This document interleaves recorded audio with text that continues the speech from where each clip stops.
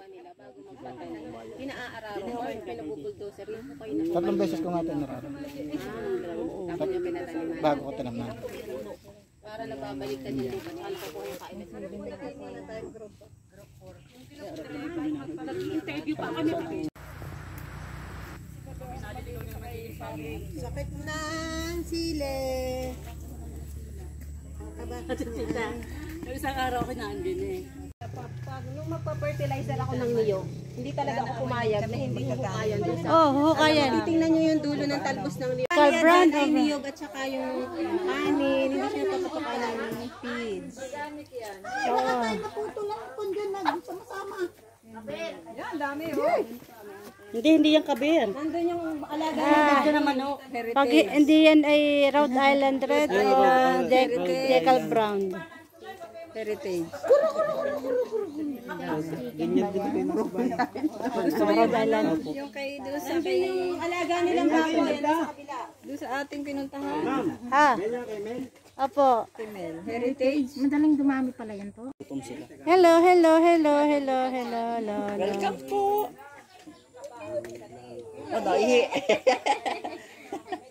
Hindi yan hindi masailan ng mga net.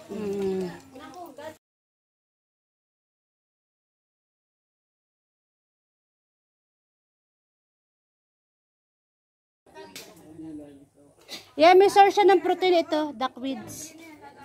Pinag-aaralan. Ayan.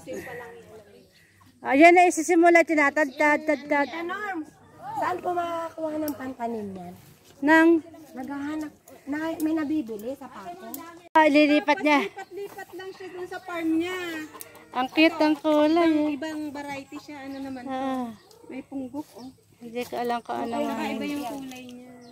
Ang ganda ng mga kulay. Gray eh.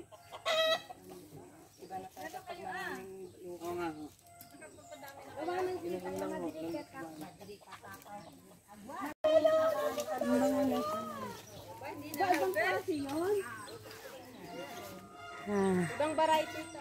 Oo. Pinapalahok na isang Yung iba ay yung ulit ba? gamas. Kilala na kayo? Tsaka ito, pwede niyang gawing water impounder.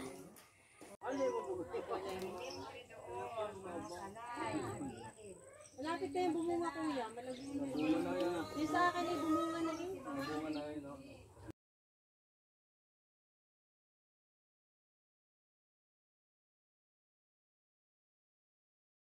Bridge crossing.